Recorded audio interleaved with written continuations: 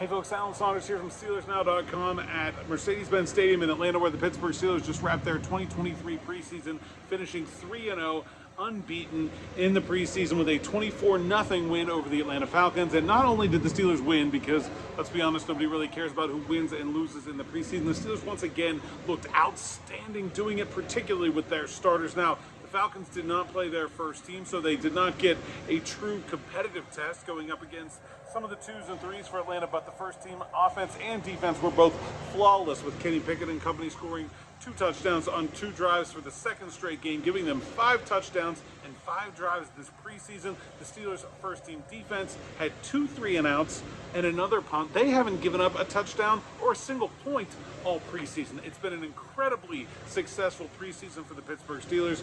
Will it pretend to a successful regular season? I think that's the big question on everyone's minds right here. How excited should we be from this hot start to the preseason, hot start to the 2023 season for the Steelers?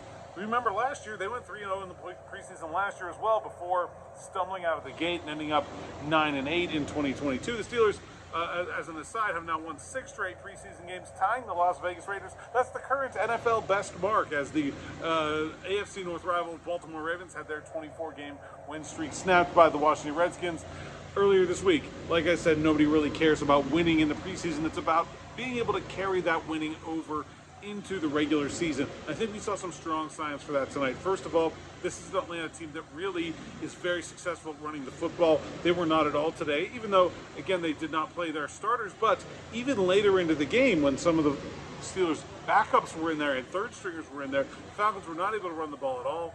If you look at the way things are going to go in the first 3 weeks of the season, it's the San Francisco 49ers, the Cleveland Browns, the Las Vegas Raiders, 3 teams that love to run the football. The Steelers got a good test against a solid run offense, a run offense with a creative scheme. Arthur Smith came here from the Tennessee Titans, brought it with him. It does a lot of the same things that they did, and so it's a good test in that regard. And then this offense, I don't know what you can say about it, but it really stood out to me the way this game, you know, the first drive against the Buccaneers, those first 2 drives against the Bills, obviously highly successful, but it was a lot of Kenny Pickett throwing the ball around. And we've known that this offense is probably going to be more conservative than that. They're going to run the ball more. And we saw them in this game, I think, mix and match the pass and the run, the best they've done, where they played off each other in a way that we have not seen from this offense under Matt Canada to this point, where you got guys running down the field open, and then you also have running lanes available when you go and hand the ball off. Even plays that are used. There was a 2nd and 8 or 2nd and 10 handoff that went for 10 or 15 yards today. Then they get a bomb, then they run up to the line of scrimmage and run the next play. It's a run for a touchdown. It's that kind of one thing building off the next offense that the Steelers have lacked.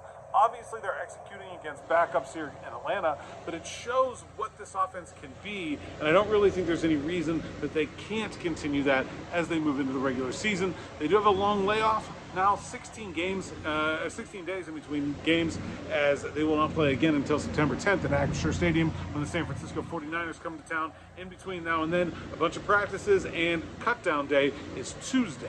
Stick with SteelersNow.com. We will have all the coverage as the Steelers trim their roster from 90 players to 53 players, plus all kinds of reaction from this game and the entire crazy preseason that has Steelers Nation as excited as they've been for the start of the 2023 season as they have been in quite some time. Make sure you like and subscribe to Steelers Now on YouTube. Check out all the content at SteelersNow.com. Thanks for watching. I'm Alan Saunders in Atlanta.